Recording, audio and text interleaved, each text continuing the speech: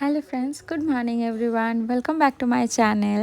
Weekend হলে আমরা দুজন আর একদম ঘরে থাকতে পারি না, তবে আজ কিছু নেসেসারি কাজের জন্য আমরা ডায়মন্ড প্লাজা এসেছি একটু, যেহেতু এটা আমাদের বাড়ির একদম সামনে, বলতে পারো একদম দোরগোড়ায়। সকাল থেকেই আসবো ঠিক করেছিলাম, কিন্তু বৃষ্টি বৃষ্টি করে আর আসতে পারিনি। ওই যে সবসময় বৃষ্টি আমাদের পথ আটকায়, এখন বৃষ্টিটা একটু ধরেছে আর জিনিসগুলো আজকে না নিলেই নয়, তাই ভাবলাম যে দেরি করে লাভ নেই, বেরিয়ে চট করে নিয়ে চলে আসি।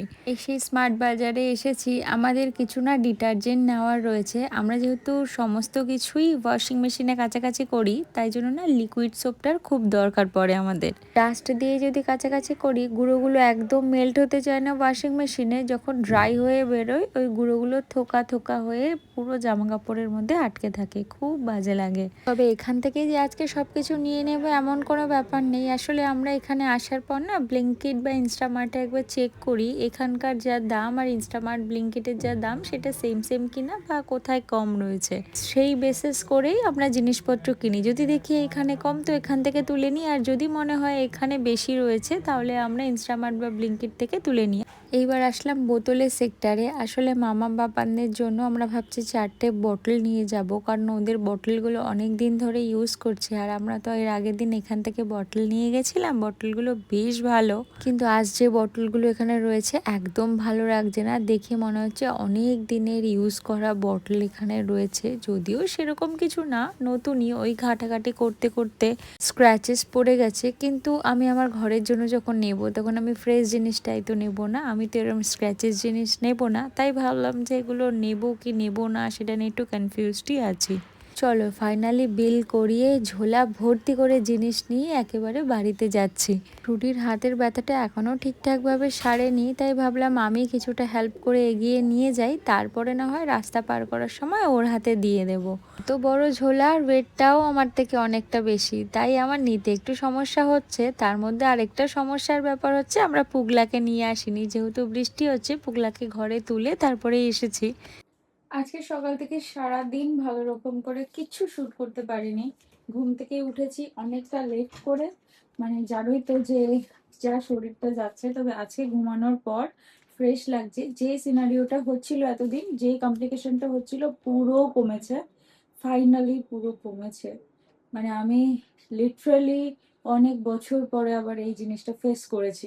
যাই হোক, এখন বেরোচ্ছি, এখন যাব একটু জুডিওতে, আর যাওয়ার কথাও ছিল আজকে।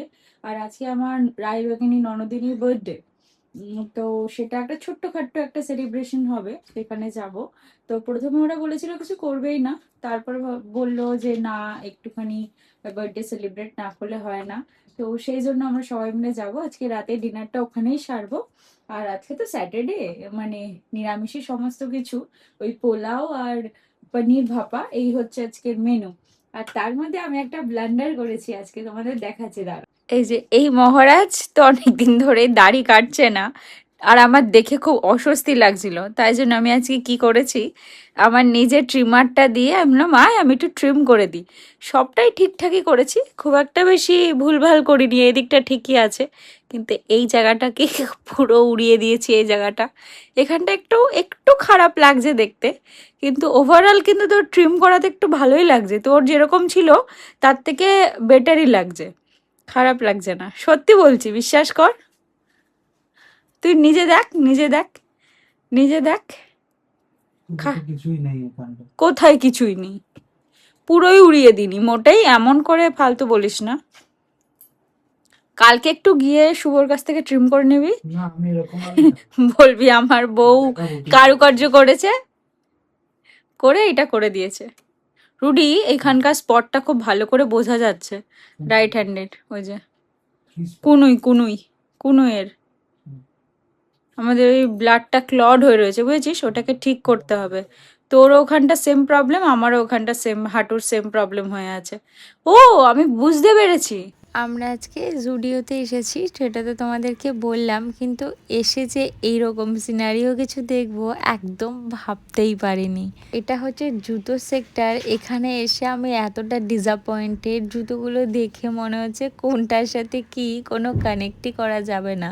কোনো জুতোর জায়গায় নেই, তার ভেতর থেকেই মানুষজন খুঁজে খুঁজে পেয়ারগুলো বের করে করে পরার চেষ্টা করছে। জানি না কি যে বাজে অবস্থা, জুডিওতে সেল লেগেছে না হরির লুট লেগেছে ভগবানই জানে। দুপুরে আসলে হয়তো এতটা খারাপ সিনারিও হতো না, তবে 9টার সময় জুডিও বন্ধ হয়ে যাওয়ার কথা আমরা যেই সময় আর কি এসেছি, কিন্তু এই সময় যে এই সিনারিও দেখবো আমি কল্পনাও করতে পারিনি। আমি রুডিকে বলেইছিলাম জুডিও ওয়েবসাইটে যখন সেল দিচ্ছে, এই সেলের সময় যদি কিছু ভালো পছন্দ হয় একবারে পুজোর জন্য শপিংটা সেরে ফেলবো। ম্যাক্সের ক্ষেত্রে সেমই ভেবেছিলাম, কিন্তু ম্যাক্সে গিয়ে তো পুরো ডিসঅ্যাপয়েন্টেড হয়েছি।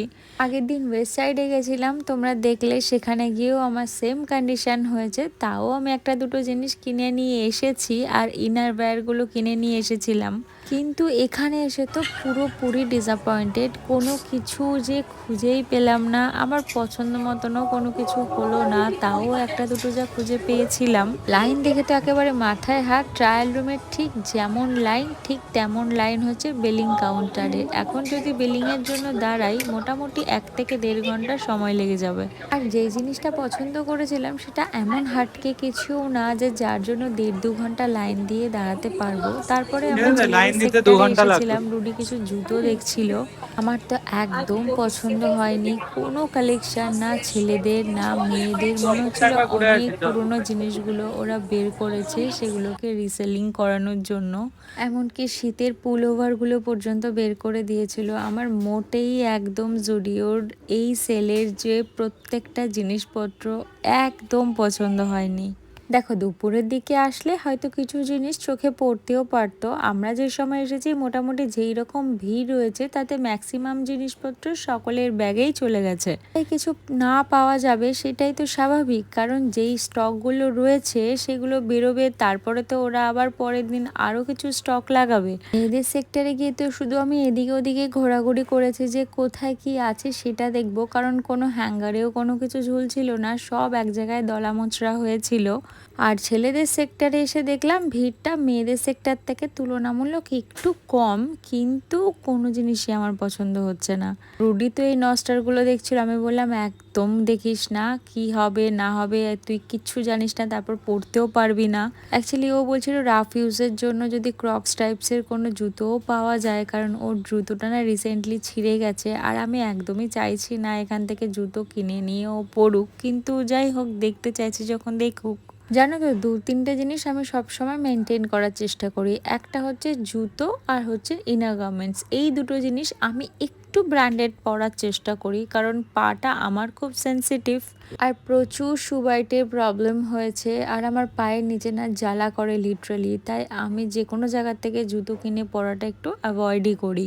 আর রুডির জন্য আমি সেম জিনিসই ফলো করি, কারণ এর আগে আমি নর্মাল জায়গার থেকে রুডির জন্য জুতো কিনে দেখেছি। ওর পায়ে একটা পেনের প্রবলেম হচ্ছিল খুব, তখন ডক্টর দেখিয়েছিলাম। ডক্টর আমাদের বলেছিল যে যে কোনো জায়গা থেকে প্লাস্টিক রিলেটেড শুজ একদমই পরতে না, কোনো ভালো কিছু সফট মেটেরিয়ালের কোনো কিছু পরতে। তাতে সত্যি বলতে ওর পায়ে যে ব্যথাটা ছিল সেটা একদম সেরে গেছে এখন। আমরা এসেছিলাম তো জুডিওতে, তোমাদেরকে বললামই, কিন্তু বিশ্বাস করো এসে যে এমন কিছু দেখবো ভাবতেও পারিনি। মানে লিটারেলি, মানে কি বলবো তোমাদের, মনে হচ্ছে ওখানে কিছু একটা হচ্ছে। এত ভিড়, এত ভিড়, এত ভিড়, মানে কেউ ওই যে হয় না লুটলে, একদম একটা কথা আছে না, সেরকম মানুষজন মানে লুটতে এসেছে। লম্বা লম্বা লাইন তো দেখলেই মানে, আমি গিয়ে যে ভাবছি কিছু দেখবো, প্রথম কথা আমার জন্য মানে কোনো অপশনই সেলে থাকে না। এত এক্সট্রিম ভিড়, এত এক্সট্রিম ভিড়, একটা ফ্রেশ পিস নেই ঠিকঠাক। কোন জন্মকার আমলের মনে হয় পিস গুলো বের করে দিয়েছে, সেই সব পিস গুলোর জন্য মানে মানুষজন হামলে পড়ছে একদম। এরকম একটা ব্যাপার জুডিওতে। মানে কি বলবো, জুতো তো জুতোর জায়গায় নেই, জামা প্যান্টের জায়গায় নেই। ম্যাক্সিমাম জামা প্যান্টের মধ্যে তাও আমার একটা পছন্দ হয়েছিল, ভেবেছিলাম ডিমোর জন্য নেব। ভালো ভালো লেগেছিল জামাটা, খুঁজে পেয়েছিলাম এতক্ষণ ঘুরে, কিন্তু জামাটার মধ্যে দাগ লাগানো। তাহলে ছাড়ো, চলো বাড়ি চলো, ফ্রেশ নেবো, এইসব আমি নেবো না, চলো।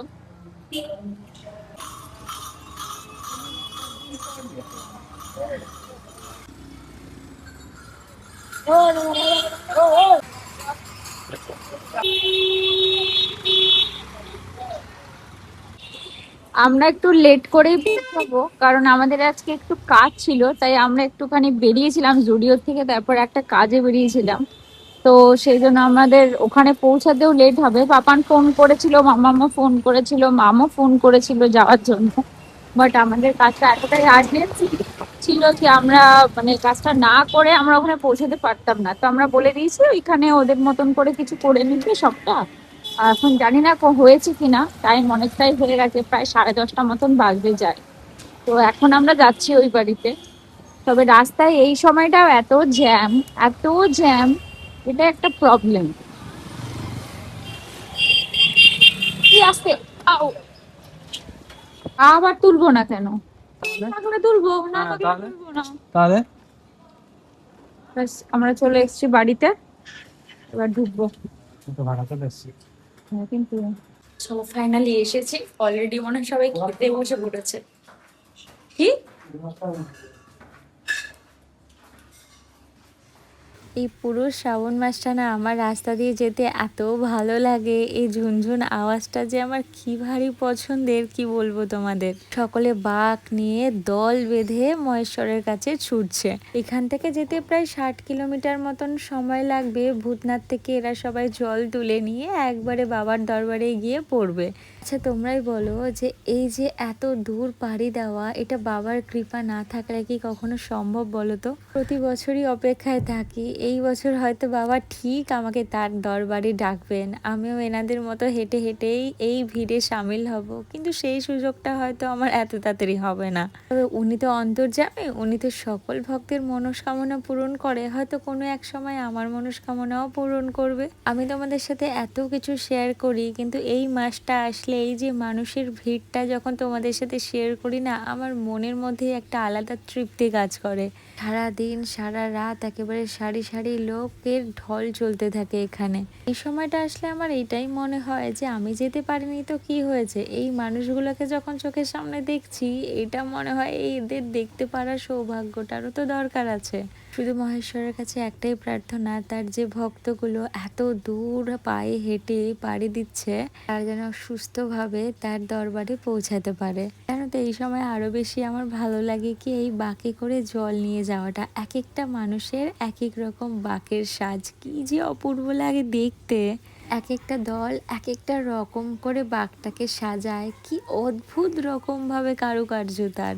আর যখন রাস্তা দিয়ে চলতে চলতে ঘন্টার ওই ঝুমঝুম আওয়াজটা কানে বাজে না, সেটাই মনে হয় ওদের পথ চলার একটা শক্তি। সত্যি বলছি, আমি নিজে ফিল করেছি বাঘ নিয়ে যাওয়ার সময় যে আওয়াজটা হয় না, এটার পাশ দিয়ে যাওয়ার সময় যে কি একটা অদ্ভুত শান্তি কাজ করে, কি বলবো তোমাদের। এই দমদম রোডের ওপর দিয়ে তো প্রচুর ভক্ত যাওয়া আসা করে। আমি সকলকে চেষ্টা করেছি ক্যামেরা বন্দি করতে, কারণ আমার মনে হয় আমার ইউটিউব কেরিয়ারে এর থেকে ভালো ফ্রেম বন্দি করে রাখার মতন দৃশ্য আর কিছু হতে পারে না।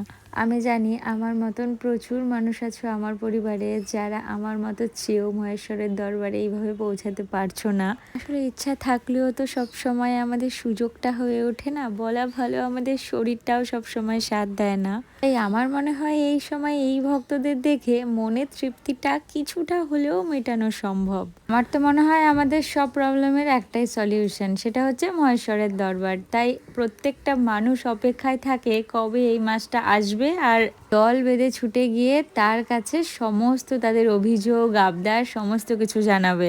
তবে আজ এখান থেকে ভিডিওটা শেষ করি। পুরো ভিডিওটা ভালো লাগলে একটা লাইক করে দিও আর কমেন্ট করে জানিও তোমাদের কেমন লাগলো ভিডিওটা। আজকের মতন আসি, টাটা।